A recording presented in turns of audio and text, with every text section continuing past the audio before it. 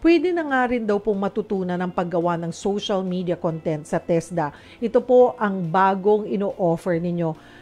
Can you tell us more about this? Kailan po nagsimula at ba't naisipan na i-offer din ang kursong ito ng TESDA?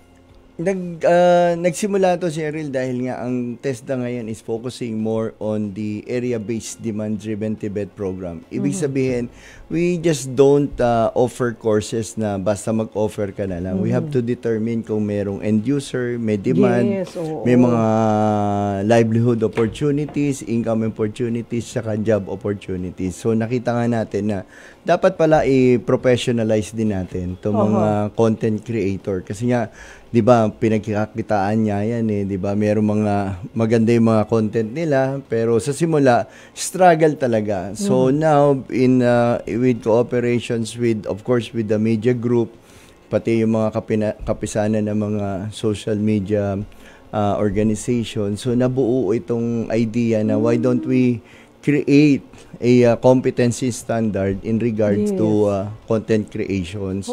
So, doon tayo nagsimula, and then we have a series of talk and discussions with some expert. Meron naman pala sa ibang bansa na mga courses na ganito. So, inadapt natin.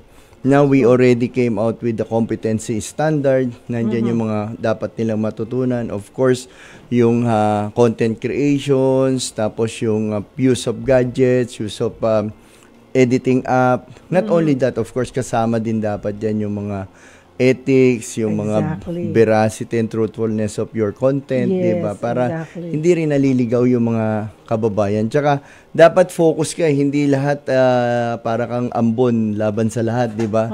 Dapat alam mo lang kung saan kayong, yung talagang palagay mo ay nag-i-enjoy ka at talagang totoo. Hindi yung porket, halimbawa, nag-trending to si ganito, dito ka na naman.